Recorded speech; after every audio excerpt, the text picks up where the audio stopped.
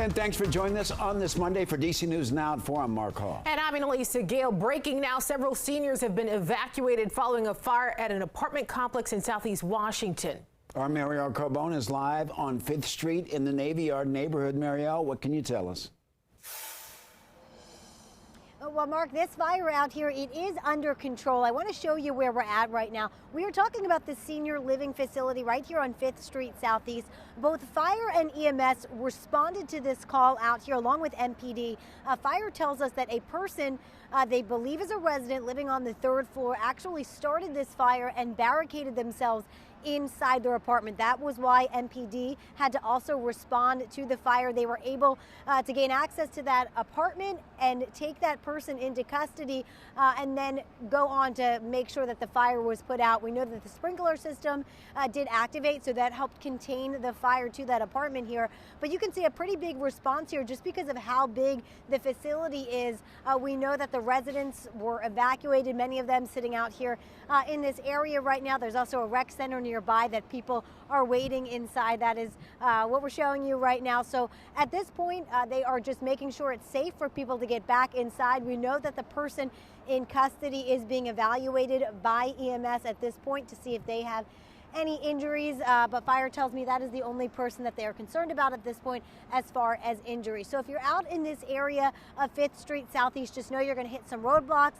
As you can see, a pretty big scene behind me here as they continue to make sure that it is safe for everyone to get back inside. That's the latest out here right now in Navy Yard. I'm Marielle Carbone, DC News Now. All right, Marielle, thank you. And developing now, today in the Commonwealth, they paused to remember Trevor Brown, the Virginia firefighter who died in a home explosion a few weeks ago. Now, leaders from near and far came together to remember Brown's life and legacy. We have team coverage of the service tonight. Our Randy Bass spoke with other firefighters as they spoke fondly of Brown today. Well, we start with our Haley Mylon. Haley, you were there this morning as Brown was honored. What was that moment like? Yeah, Mark, Annalisa, it was such a moving display this morning. That procession commemorating the life of fallen firefighter Trevor Brown, and by all accounts given here today at the ceremony, the 45-year-old father of 3 died a selfless hero. Now, Brown was among the first of the volunteer Sterling firefighters to respond to the February 18th gas leak at a Sterling home. 2 people living inside the home suffering minor injuries, 11 firefighters being rushed to the hospital where firefighter Brian Diamond remains for burn treatment. And today, thousands of brothers and sisters of the badge joined the Brown family from agencies across the region, from D.C. to Henrico County, to remember a loving father, husband, and son. And his father spoke, that's Thomas Brown, saying he absolutely loved his son's strong hugs and talks, and that Brian Brown is our absolute hero who died selflessly, supported and protected us with great goodness. And I'll have so much more on the ceremony from both lawmakers and folks who knew Brown and worked with him. And of course, you'll hear from his father coming up on DC News Now in our next hour of news. For now, live in Leesburg, I'm Haley Mylon, DC News Now. All right, Haley, thank you so much. And we want to continue our team coverage. That's right. The local fire and law enforcement community turned out in droves for today's services at Cornerstone Chapel. And as our Randy Bass reports, Brown has left a lasting impact on many, including those who didn't know him. Standing side by side, hundreds of members from nearly 50 fire and police departments honored the life of firefighter Trevor Brown today. A huge showing of support that means so much to Loudoun County Assistant Fire Chief James Williams. Folks far and wide throughout the entire country, we are grateful for everybody's support to help us work through the tragic incident from February 16th.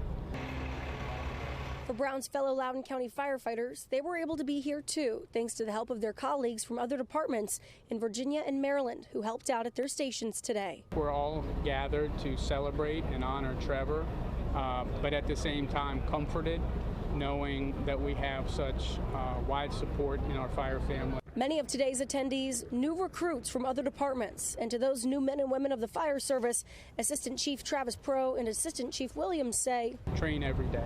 Some of the heroic actions that the men and women on the front lines of our fire service performed that evening are nothing short of amazing and heroic. This is what keeps us learning. This is what keeps our system dynamic. The threats that we face are not static. The Loudoun First Responders Foundation says it's raised tens of thousands of dollars from hundreds of donors over the last 2 weeks for both firefighter Brown's family and other firefighters who were injured in that tragic blast back on February 16th. The foundation says the community support has made all the difference as they grieve Brown's tragic loss. In Leesburg, I'm Randy Bass, DC News Now. Randy, thank you so much. Well, taking a live look outside here on this Monday afternoon, this is Roslyn. Yeah, here, Mark. earlier today, Annalisa, we saw some parts of the DMV with sunny skies and other parts of the DMV with cloudy skies. So let's head over now to meteorologist Damon Matson with the first look at our forecast. Damon, how are things looking right now in the DMV? Well, you said it, Mark. We've had that clear divide all day long, but things are now trending a little bit more in a cloudier direction. Now, despite that here today, we kept a lot of mild air in place. We saw the temperatures go up into the 60s yesterday, and my goodness, we have more of the same out there right now. Mid-60s, 66 in D.C., 68 up toward Frederick, but then out to the west, we have some locations like Cumberland that hit 70 degrees, still at the 70-degree mark at this hour, and that is because off to the west, well, we had more sunshine through the morning and into the afternoon as well. Still some peaks of sun back that direction. However, as you look down to the south and east, there are a lot of clouds building in across the DMV, and this cloud cover is the leading edge of a storm system that is slowly working its way north along the Atlantic coastline. There has been consistent rain all day down near the Outer Banks, southern Virginia as well, and eventually this storm system will nudge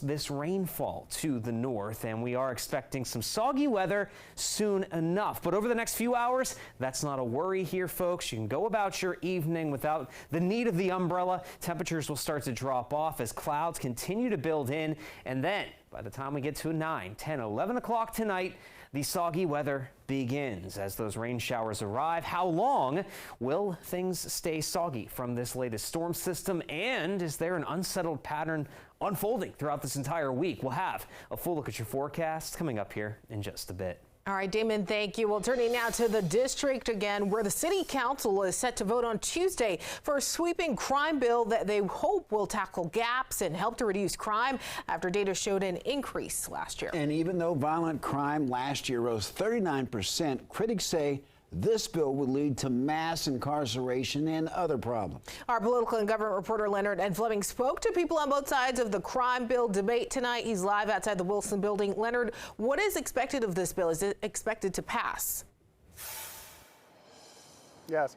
Mark and Annalisa, the Secure DC crime bill, it will likely pass tomorrow if some members in council who basically think that Congress will step in if they don't act.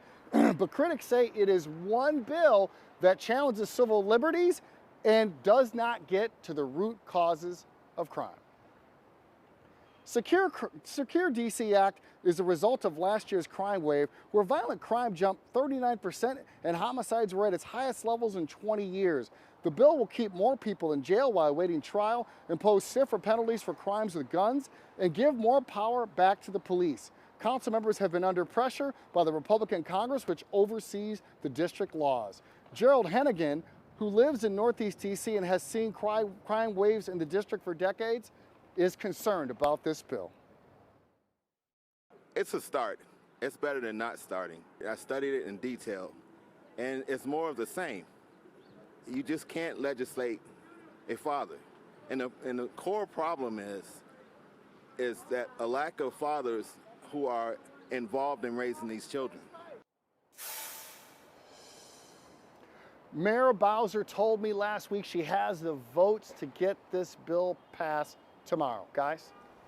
All right, Leonard, you continue to follow this. Why are critics so opposed to this bill?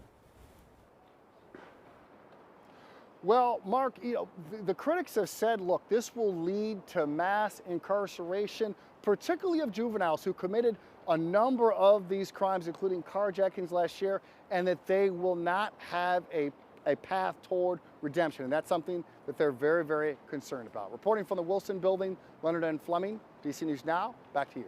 All right, Leonard, thank you. Well, new data shows that returning to the classroom is still challenging following the COVID-19 pandemic. In Maryland, chronic absenteeism is prevalent in all county schools. The worst in the state is Baltimore City with just over 54%. In our area, meanwhile, Allegheny County sits at nearly 37%, followed by Washington County at 28%. Now, some advocates want school boards to work with parents to get classroom attendance up to pre-pandemic levels as a way to improve academic performance. Chronic absenteeism impacts every aspect of student learning. It impacts the rate and the pace at which the teachers can move in those classes when those students return. So it impacts the learning of all the other students who are not chronically absent. The lowest rate of absenteeism is in Howard County, followed by Frederick County. A bill to allow Virginians over the age of 18 with incurable and irreversible diseases to ask a doctor for help in ending their life has failed to win the support in the General Assembly. Today, a House committee rejecting the bill allowing doctors to prescribe a qualified patient a self-administered drug for the purpose of ending their life. The bill would have required those who qualify to make at least 2 verbal requests and 1 written request to their doctor and would only apply to people whose doctors believe that they have less than 6 months to live. This legislation is about alleviating or ending the suffering for terminally ill people. This legislation would allow an eligible individual the autonomy to decide when their suffering is too great. Once assisted suicide, which eventually expands into active euthanasia, becomes health care policy for doctors and insurance companies alike motivated by profit, it becomes an equal choice to robust health care. A similar House bill introduced this session also failed to win final passage, meaning there's no avenue for the idea of a physician-assisted death to become law in 2024.